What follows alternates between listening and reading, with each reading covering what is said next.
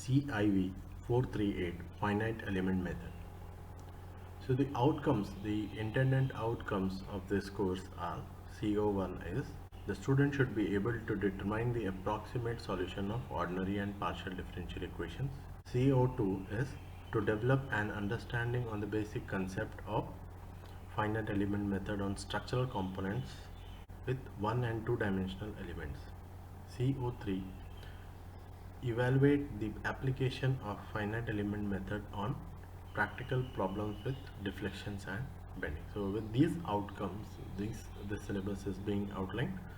So the entire syllabus is divided into 6 units. So unit 1 is introduction, and as you are aware that all the structures can be classified as one dimensional, two dimensional, or three dimensional. Same way will continue here also. We'll start with one dimensional element, and in case of axial deformation, that is in unit 3, we'll see the thermal stresses, and these are built up to trusses. So unit 4 is nothing but analysis of beam subjected to bending and thermal stresses. Unit 5 will be analysis of truss based on the concept we developed in unit 3. We'll extend it for the analysis of trusses, and eventually we'll go for applications, various applications of finite element methods in structural engineering. In this subject, prerequisite is student should be aware about some vector calculation as well as some matrix, basic matrix calculation is required. Textbook assigned is Finite Element Analysis and Theory and Programming by C.S. Krishnamurthy, and reference books are Introduction to Finite Elements in Engineering by R. Tirupati, Finite Element by Reddy, and Introduction to Finite Element Method by Reddy. So these books we can use as textbook and references in the course. Based on the syllabus, we would like to show you a video to excite you what exactly is in hold for you in the coming semester, so that you can learn finite element method. You are excited enough to learn, and learning will be enjoyable if you are self-motivated. Finite element analysis is a numerical method used to solve engineering problems using an array of mathematical techniques. The name comes from the fact that the method subdivides a larger problem into smaller, simpler parts that are called finite elements. The equations that model these finite elements are solved and assembled back into the larger system of equations that model the entire problem. That was the SparkNotes version of the definition of finite element analysis on Wikipedia. If that confused you, then stay tuned, because I'm going to break this down into some easy to understand concepts for beginners. As an example, say you have a tree outside. So here's a tree, and next to that tree is you're a realistic person.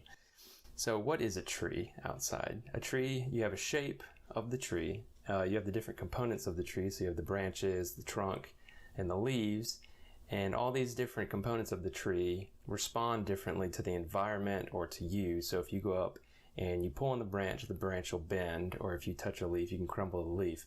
But if you go kick the trunk of the tree, you're going to break your foot. Now, why is that? It's just because the materials are different between the two, and the shapes of them are different, and how they respond are then different. So the trunk of the tree is made out of hard wood, while the leaf is made out of much softer plant material, right?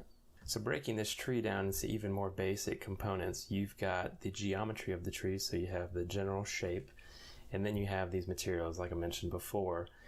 And within the FE modeling world, these two things are really important. So the geometry can be files that just represent the geometry, like STL files or CAD files, if you've heard of CAD. And the materials are then represented in something that's a little higher than this topic right now, but let's just consider that you have a filler that fills the geometry, and you can give that filler different material properties. So you can give it the properties of steel or the properties of rubber. So in the FE world, you can give this tree the properties of wood, like an actual tree, or you can give it properties of rubber. And if you actually give the tree properties of rubber, then it's going to bend like rubber.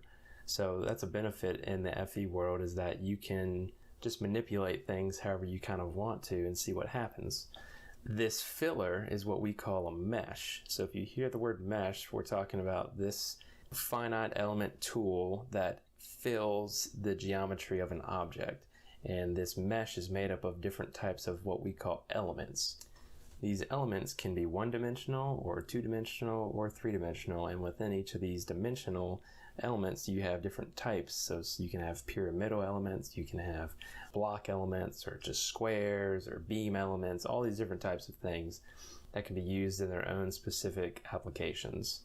So you can use beams to represent like a pole, you can use shells to represent like a coating over something, and you can use solids to represent something that's going to deform through the object like this tree. Applications in the field of finite element analysis include, like I mentioned, automotive manufacturers, automotive crash tests, civil engineering like bridge tests, weight-bearing tests, and even in the world of human body models. And it's pretty much limitless in the field of finite element analysis. Is growing, and it's a good field to get into. An engineer designing a bridge will need to know how the proposed structure will behave under load. The equations describing the distribution of structural stresses are known, but they can't be directly solved for a complicated shape such as a bridge. However, the equations can be solved for very simple. The finite element method takes advantage to place the single complicated shape with an approximately equivalent network of simple elements. The overall pattern of elements is referred to as the finite element mesh, and this pattern will be unique to each new problem. The initial step is to design this mesh, and for this we must first decide what kind of elements we'll use.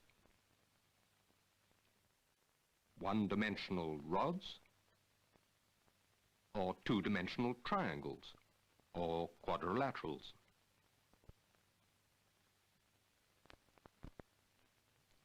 Or three-dimensional blocks, or a combination of different kinds of elements.